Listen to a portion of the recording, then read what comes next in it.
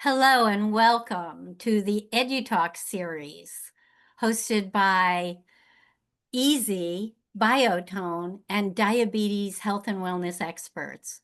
With the daily challenges of diabetes and interest in health and wellness strategies, the EDU-TALK Diabetes series supports building your wellness community by connecting you with diabetes health experts who share their knowledge and expertise on topics of concern to provide you the tools and resources to support and manage a healthy lifestyle. Today's expert is Linda Lockett-Brown.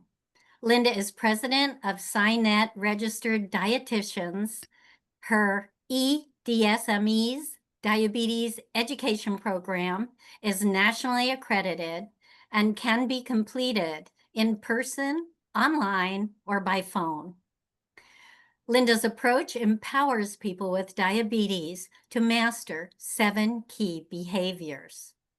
She has been featured on TV, radio, and podcasts, sharing nutritional information for health and well-being, and is a regular EDU-TALK Diabetes presenter whose talks can be found in the EDU-TALK Diabetes Archive Library, on ease-z.com or biotone.com under the EDU-TALK tab. Let's listen and learn as Linda discusses how diabetes clients tend to look at the holidays in one or two ways. One, it's only once a year and I'm going to eat whatever I want to. Or two, they turn that to anger and sadness when ultimately deciding, why bother? I'm just going to stay home. Linda provides insights and understanding to manage the challenges of diabetes with practical approaches to holiday meals, parties, and enjoying this holiday season. Again, thank you everyone for joining us. Thank you, Linda. I know you have a lot to get to, so I am going to sign off and I will come back on for chat questions. There you go. Well, I'd like to say happy chilly evening. This is a little cold for Florida, but it is the holidays. So let me. Okay, I see it. So first of all, I'd like to thank you for attending, and I'd like to thank Easy and Biotone for this opportunity. I'm doing education for patients and for professionals is a part of my passion. And I remember one of my bosses saying, I almost didn't hire you because with your background, I didn't think that you could talk to regular people. But that has turned out to be one of my strengths. I teach a lot of people. I see a lot of people. I see hundreds of people every month. And many of them have been diagnosed with diabetes. And I see a lot of fear, actual fear, when it comes to the holidays. So I like to do these presentations. And this year's presentation, I'm calling it Enjoy This Holiday Season Without Going Overboard. There was a survey that came out a couple of years ago, and this is not front page news. It's not anything that you don't already know, but I just thought it was kind of interesting that the American Diabetes Association would put out a survey and talk about the stress of people managing type 2 diabetes during the holidays. So here's the question. Can you control your blood sugar during the holidays? You look at all this food on the right. Can you control your blood sugar? So you may be asking, is that even possible? Well, here's the answer. Absolutely, it is possible. It can be done. So here's some things to think about as you look to enjoying the holidays without going overboard. And so here are just some concepts that we're going to talk about tonight. Don't drink your calories, take control of your kitchen, prep before your next holiday event, travel smart. Quite honestly, I am not looking forward to showing up at the airport at 4 a.m. to get on a 7 a.m. plane next week, but I'll be there. Creating some new holiday traditions because for most people, what you did when you grew up was comforting. And so those things that you did when you grew up might not be the healthiest thing. So create some new ones. Make your home a safe place. Manage the event. Eat mindfully. Make good choices. Plan the walk after dinner. Check your blood sugar because you don't know where you are unless you check. And then give yourself some grace. If you mess up, give yourself some grace. And then in the handout that you will be getting, I've given you a couple of pages of what I'm calling swaps. So these are ingredients that you can swap, and we'll talk about those at the end. Don't drink your calories. So if you're on the internet at all or listen to the news, you know, recently um, there was this thing that drinking alcohol causes cancer, or the statistical way to put it is if you drink alcohol, it increases your risk of cancer. I was highly amused at that because we've known that since the 70s. But when it comes to controlling blood sugar, what you don't want to do is drink your calories. And if you've seen those, I don't want to say the name, but you know what company it is that has the pumpkin lattes right now. And there's actually more than one company. That would be drinking your calories. So let's talk about alcohol and diabetes. So there's two issues with alcohol and diabetes, and it really depends on which alcoholic beverages you decide to drink. But in general, drinking alcohol with a diagnosis of diabetes is a bad idea. And here's why it's a bad idea.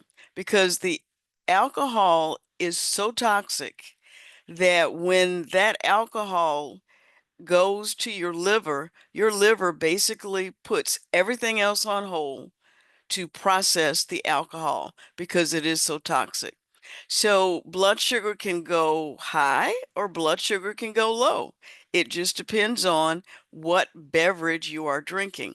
But if drinking alcohol is a part of your holiday, I highly suggest that you talk to your doctor.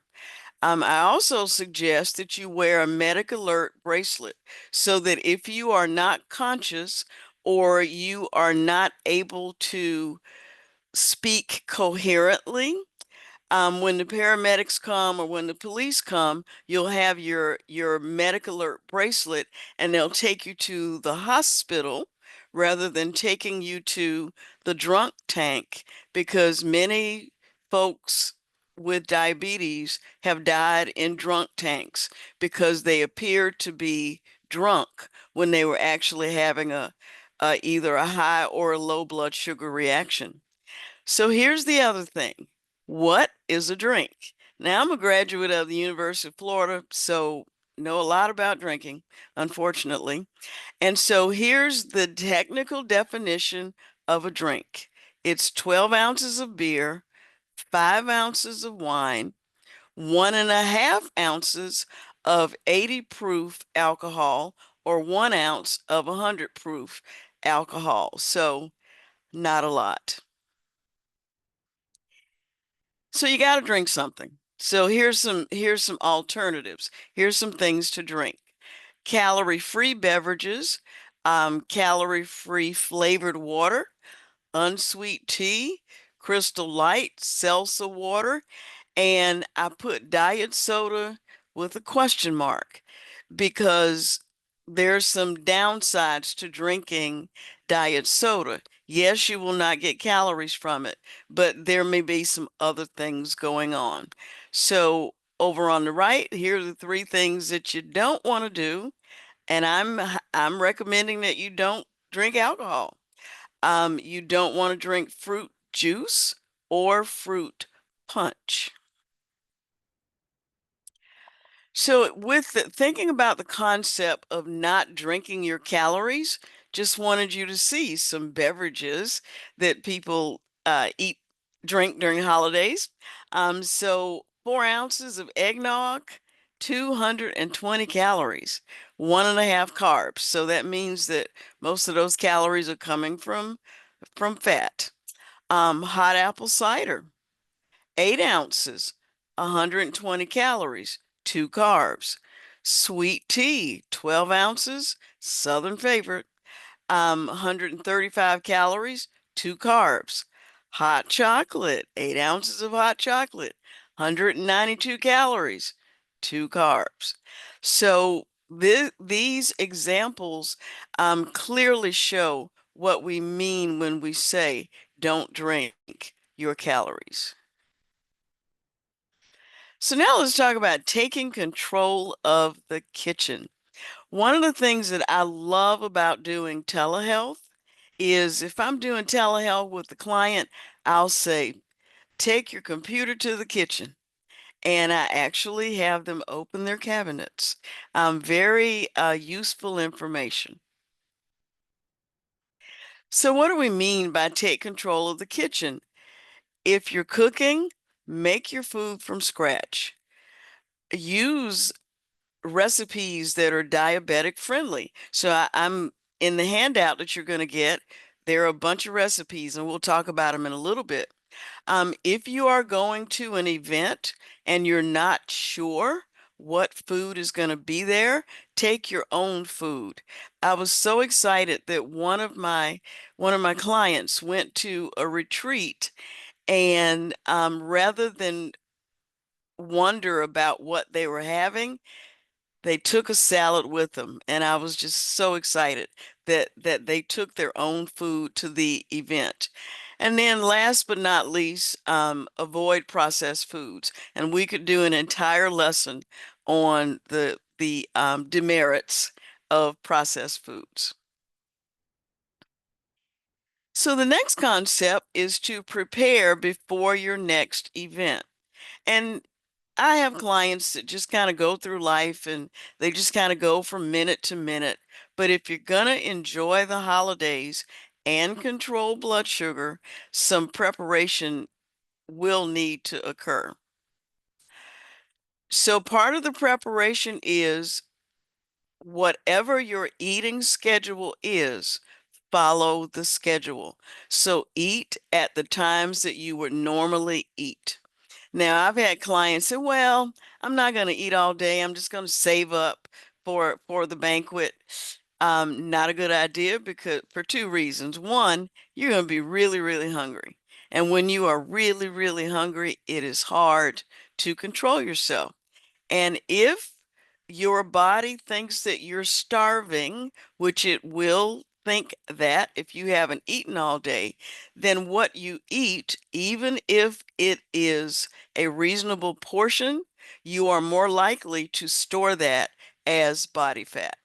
So if you can, find out what's on the menu, take your own food, and then you may want to eat before you go. Eat a little snack, depending on what time the event is.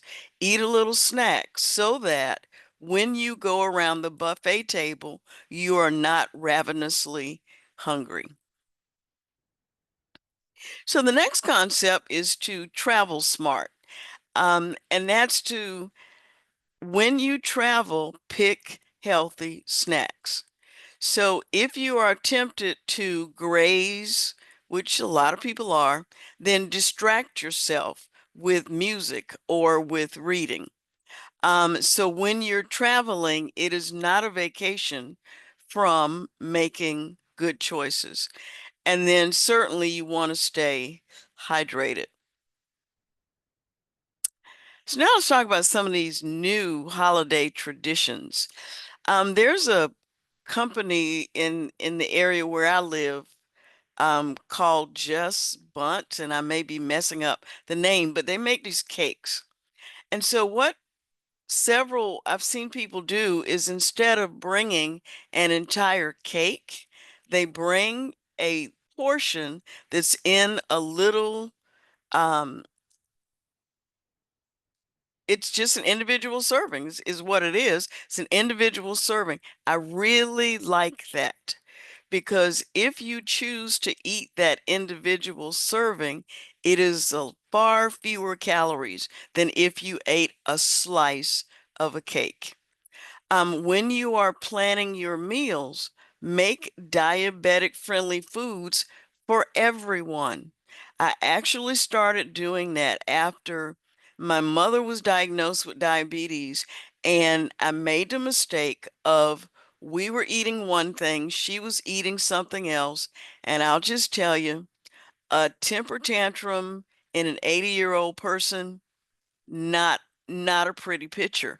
But I learned from that, and I thought, you know what? There's going to be one meal, and it's going to be diabetic friendly, and we're all going to eat it. So solve that problem. You want to fill up your plate with, I'm going to call it unadulterated vegetables, like vegetables without a lot of sauce, with vegetables that are not creamy, just vegetables. Um, and then rather than just watching football only, plan something active. Plan to go for a walk after dinner.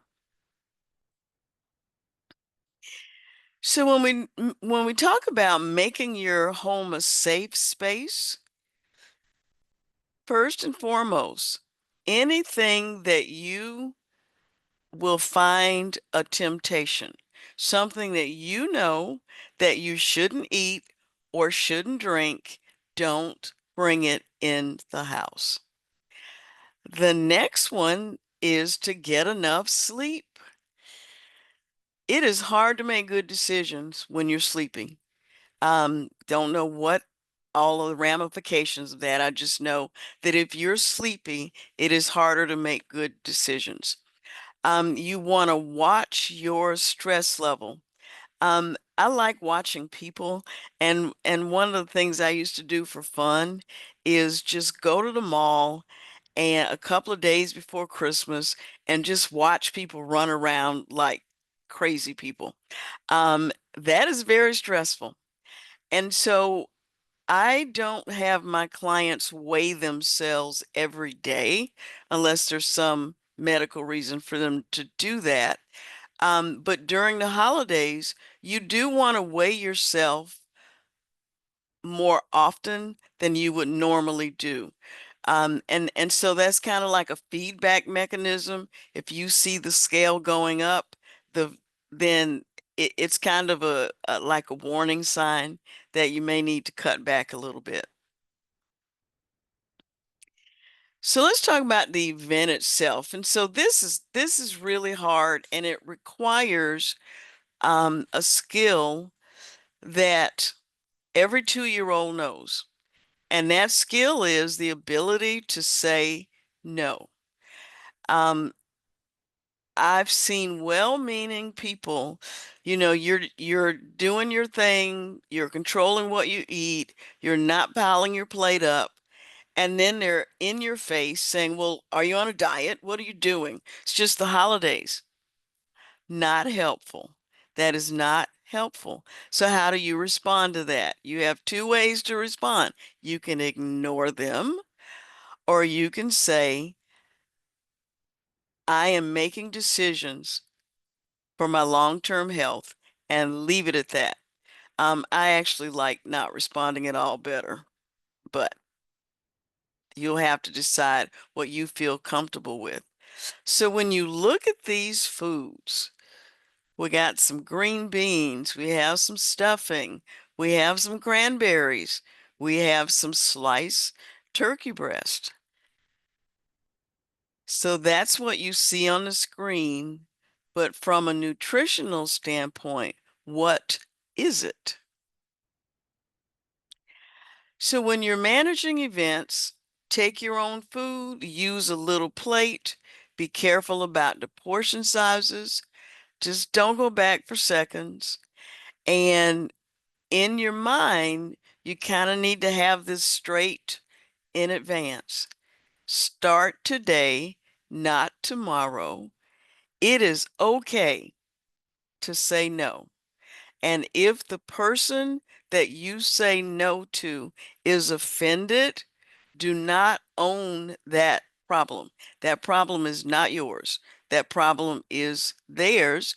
And there is no requirement anywhere that you have to explain what you're doing. So then there's this thing called eating mindfully. And whenever I see the term eat mindfully, I think about something that one of my children did when they were maybe 4 or 5 years old. They were talking to me and I was not paying attention.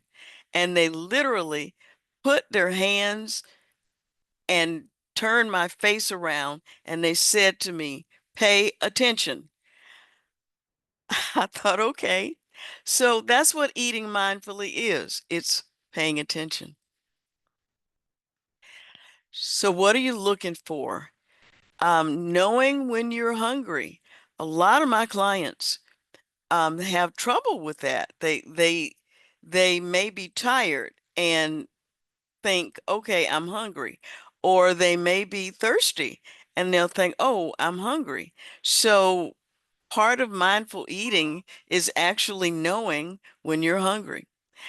The next thing is once you've made all these good decisions about what food you're going to eat, actually sit in the corner, close your eyes, and enjoy it. Actually enjoy the food. So you want to get some small portions of your favorite foods. And depending on where you're going, it may not be possible to eat a small portion of all of your favorite foods. We'll see why in a minute. But you also want to pay attention to the conversation that is going on in your head. If you say to yourself, I'm going to be good, well, that's actually kind of negative. That's negative. Because that's emotional, and you know as well as I do how quickly emotions can change. Another thing you want to be careful about in your head is, and I've had clients say this to me, I've already messed up, so I just might as well just go ahead and eat it. Let's not. I've had clients say to me, well, I was at the function and I'm looking at all this food that I want, and I decided I will start my meal plan tomorrow. Well, that could be 3 to 4,000 calories from now if you start tomorrow. And then the last one, this is a hard one for a lot of folks. You mess up. Messing up is not a failure. It's called a slip. So if you were walking up north and it was snowing and you slipped on the sidewalk, would you say that's a failure? No. Hopefully, you would grab something so that you don't crash, you stand up and you keep going. So it's not a failure. So now we're going to look at some of the choices that you have during the holidays. And so the way I want you to think of choices, I want you to think or, not, and. So what I mean by that is I am going to have a small piece of cake. So following this concept, you're not going to have a small piece of cake and a small piece of pie. You're going to have a small piece of cake or a small piece of pie. So that's what that means. So now we're going to count some carbs. So look at this plate. We have some cornbread. We have some, looks like a sweet potato souffle. There's some white potatoes. There's a lot of stuffing. There's a plain sweet potato. There's some cranberry sauce and some ham. So let's count these carbs.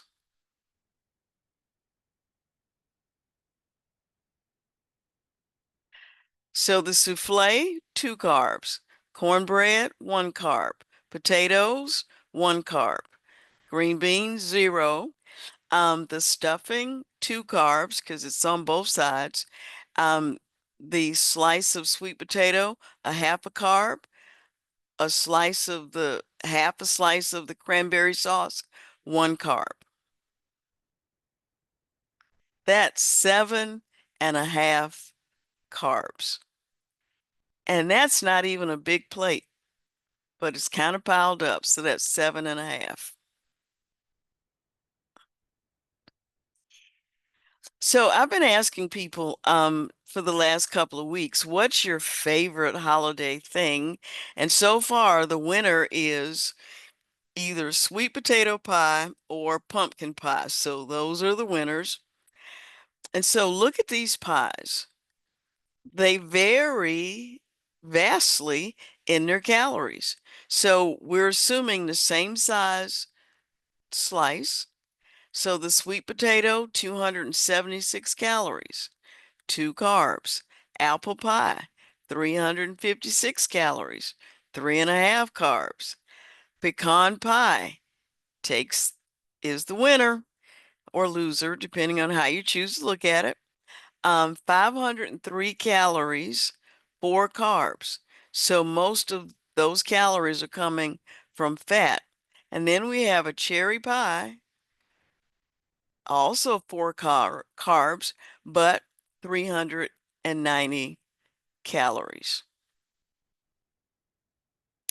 So you may say, well, okay, I'm just going to have a bite. So how much is the bite going to cost you?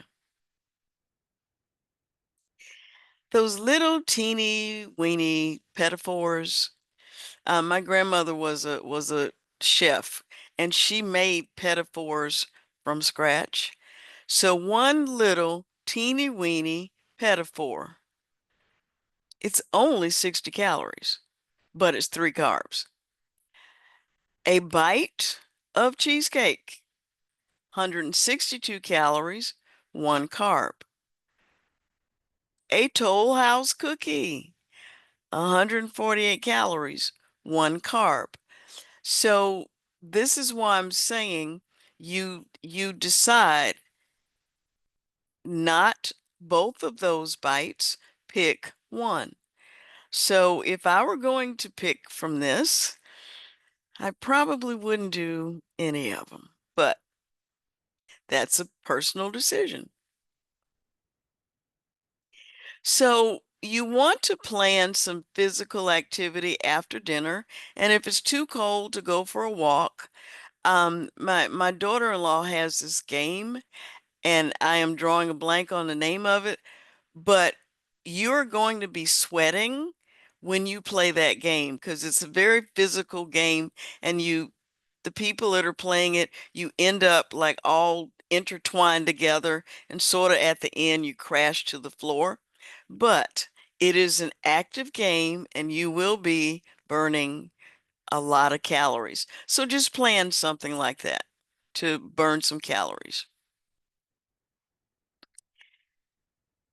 So what do you do if best laid plans kind of fall through? So you mess up, so you want to get back on track, not tomorrow, not Monday, not next week. You want to get back on track with the next meal.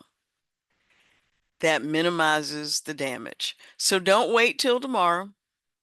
So with the very next meal, you're going to get back on track and put on your walking shoes and get going so you can burn some of it off.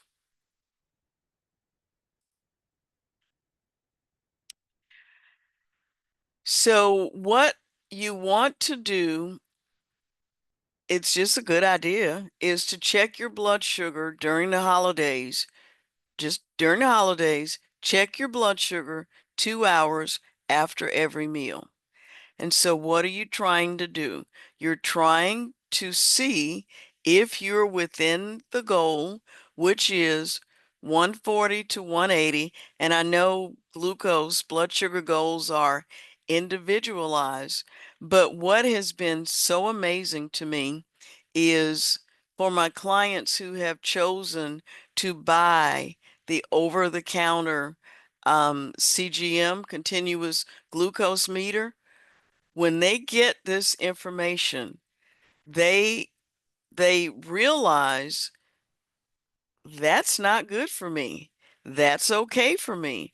Or I need to eat a smaller portion. And so with blood sugar information, you know where you are, you don't have to guess, and you can make good decisions in the following meal, like we just mentioned.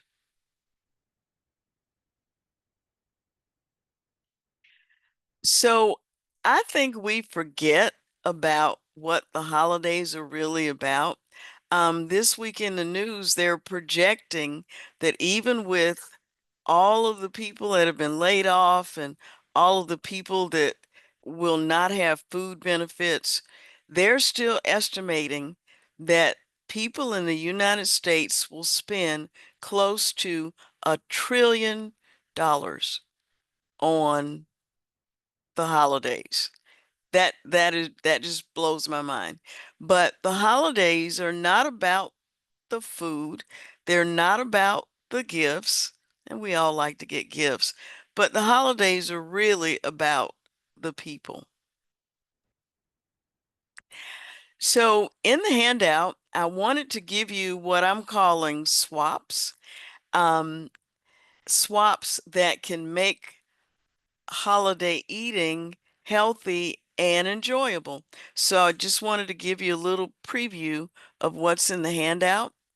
So on the left, so basically you'd be looking at a recipe, and so you would look at the ingredient on the recipe, and then on the right, it gives you a healthier choice, healthier option.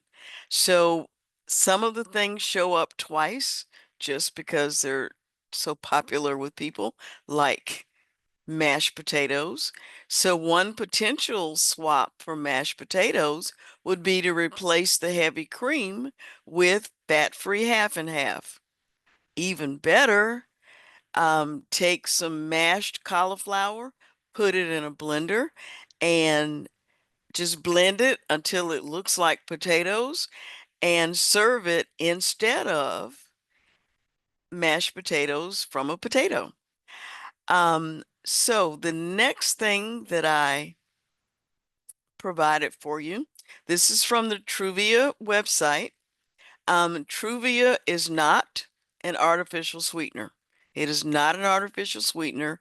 The Truvia extract comes from the stevia leaf, and because it's so concentrated, it is really hard to measure.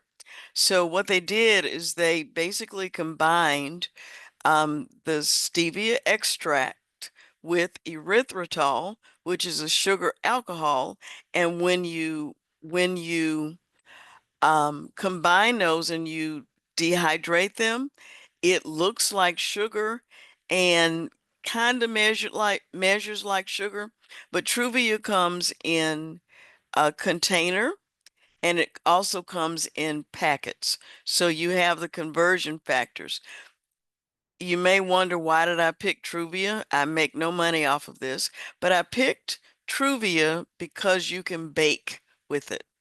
So a lot of alternative sweeteners, you can't really bake with them, but you can bake with Truvia. And so I went through and found some recipes for some items commonly served during the holidays and gave you some alternatives. So just a word about some of the recipes. Some of these recipes were designed for people that don't have a lot of money to spend for food. So some of the recipes use canned vegetables, which of course is not ideal, but if that's what you can afford, that's what you can afford.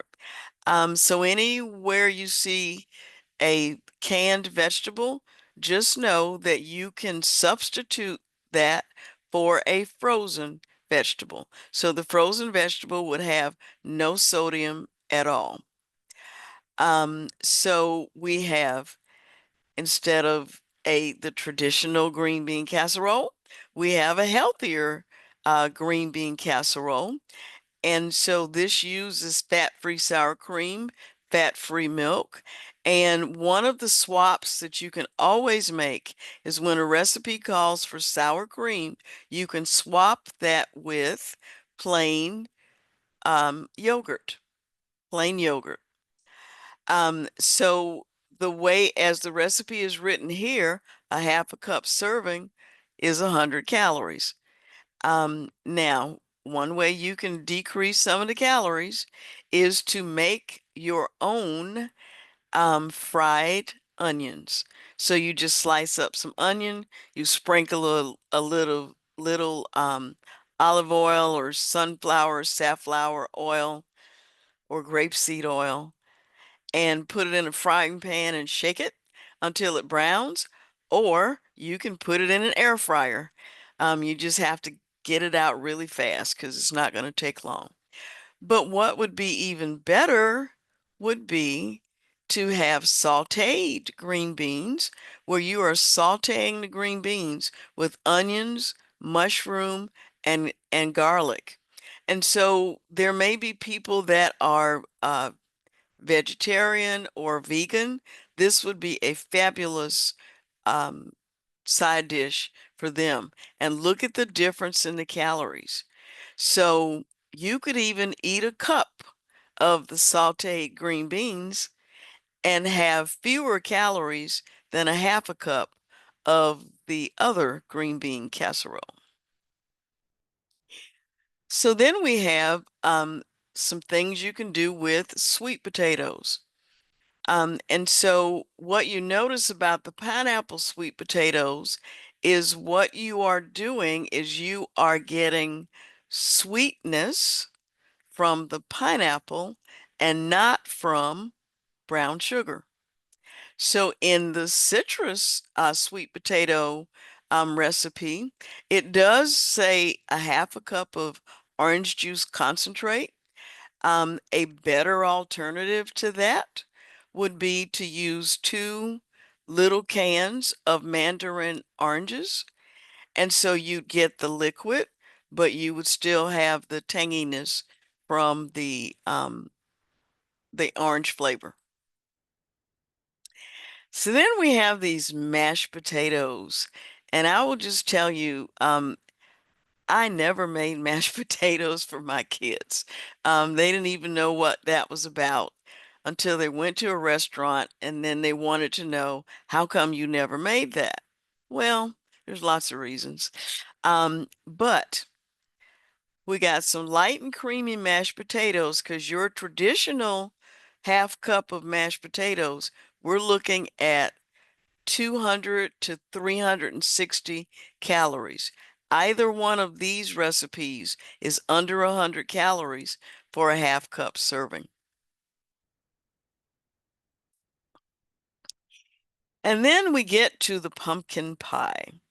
So on the left, there's a light pumpkin pie, and it uses ginger snap cookies as you just put them in a bag, smash them, and use that as the crust. And the most important thing about these 2 recipes is that you're not getting pumpkin pie filling. You're actually getting 1 can of pumpkin. So it's pumpkin, not pumpkin pie filling, because that has sugar added to it. So the one on the left uses some egg whites, and for the half a cup of sugar, you could trade that out. You could swap it for the Truvia, and then the pumpkin pie spice, and then use evaporated fat-free milk. So that's 220 calories per, if you divide the pie into 8 equal pieces. But look what happens if you make a crustless pumpkin pie. So again, you trade out the sugar for the Truvia, and even if you didn't do that, it drops the calories almost by 100. So the light pumpkin pie is 220. The crustless pumpkin pie is only 140 calories. And then there's an apple crisp. This would probably be something that Northerners would do more than Southerners, because Southerners like their sweet potato and pumpkin pies. But an apple crisp. So when you look at the apple crisp recipe, you could eliminate the 1/3 cup of apple juice altogether. And you could swap out 1/4 cup of sugar for the Truvia, and you can swap out the 1/4 cup of packed light brown sugar for the Truvia brown. And on the first page of your handout, there's some swaps for margarine, that are, it's bananas and applesauce. So you could swap out some of that and reduce the calories. And I really like this slow cooker baked apple, because if you're fixing a big meal, the most challenging part about the meal is getting everything to the table at the same time while it's still hot. So anything you can do in a slow cooker is going to be useful, because that's something you don't have to worry about. But in this recipe, you could swap out the brown sugar for the brown Truvia. And if I were going to serve this just to make it look fancy and look elegant, I would actually, once it was ready, I would put it in a custard cup, and I would sprinkle a little bit of cinnamon on top. I would take some the fat-free yogurt.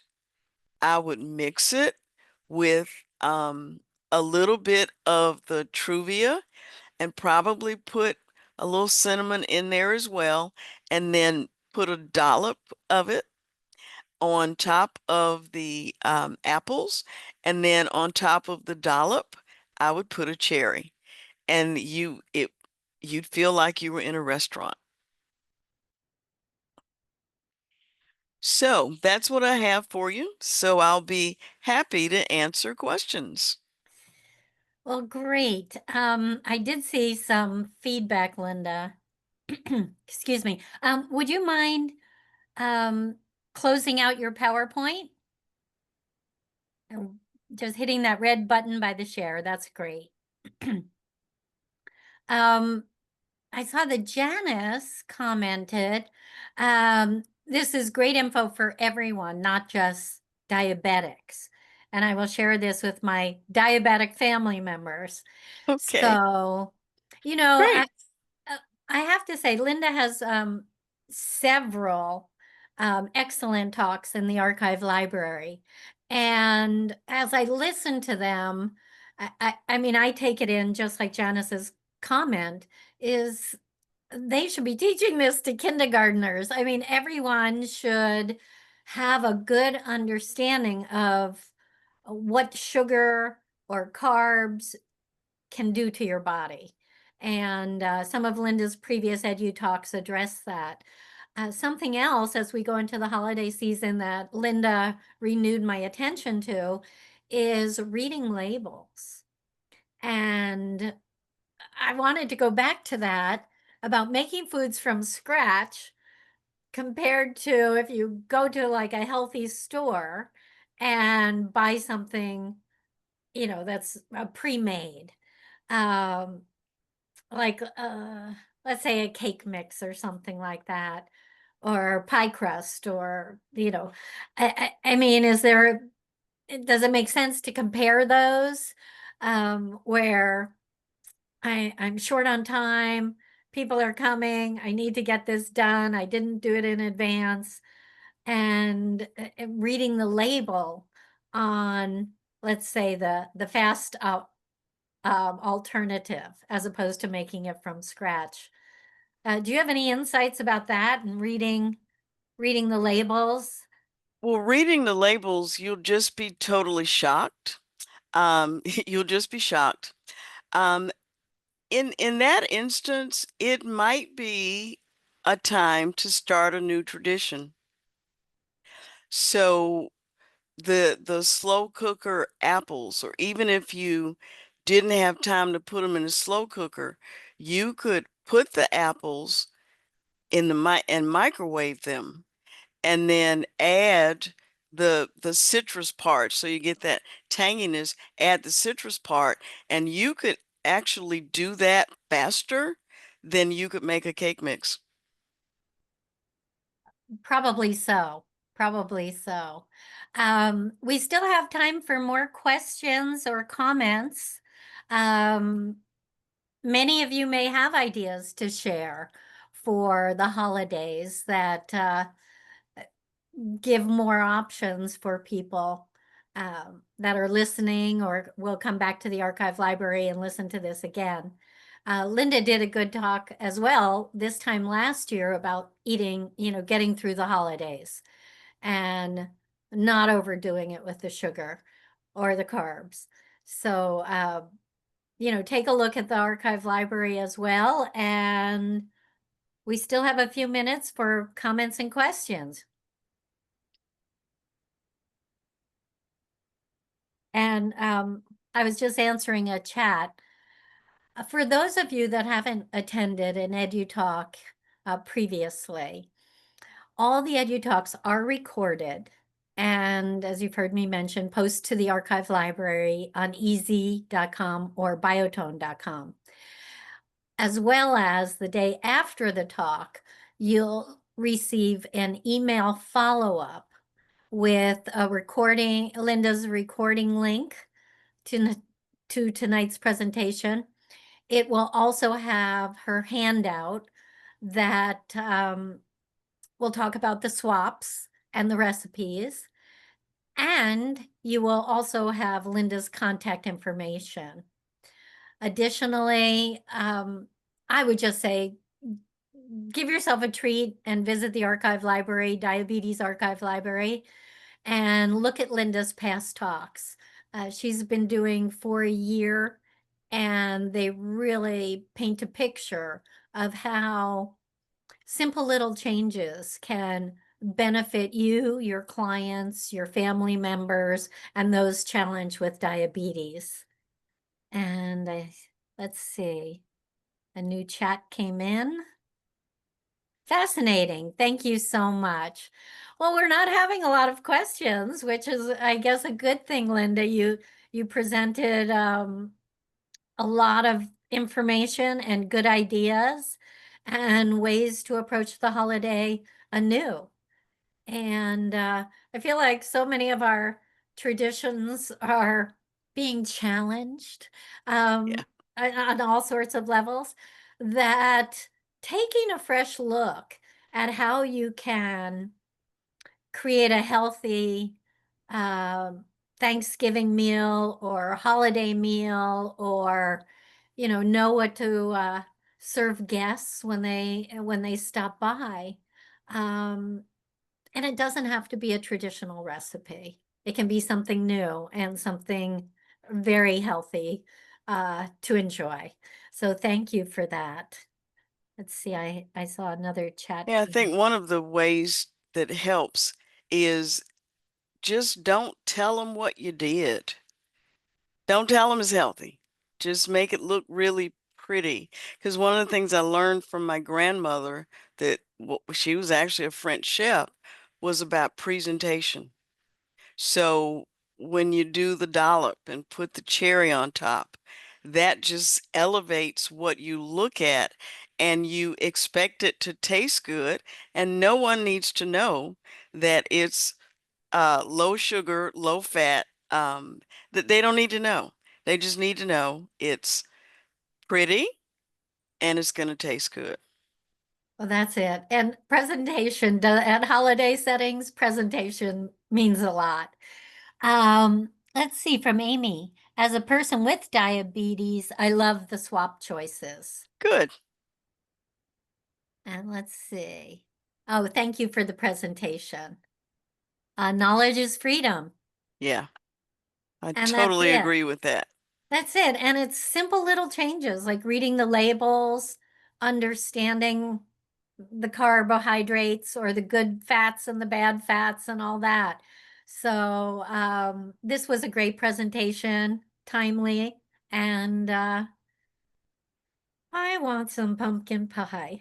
So, so I'll have to look and see if I have any just plain pumpkin.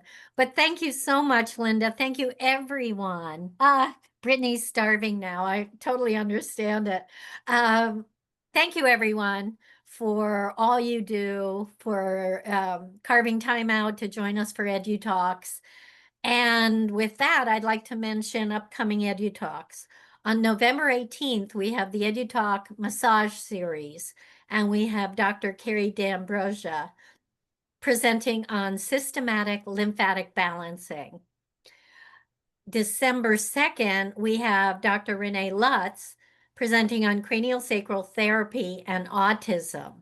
What is the link? And then December 9th, we have Anne Bromham doing manual lymphatic drainage, the practice.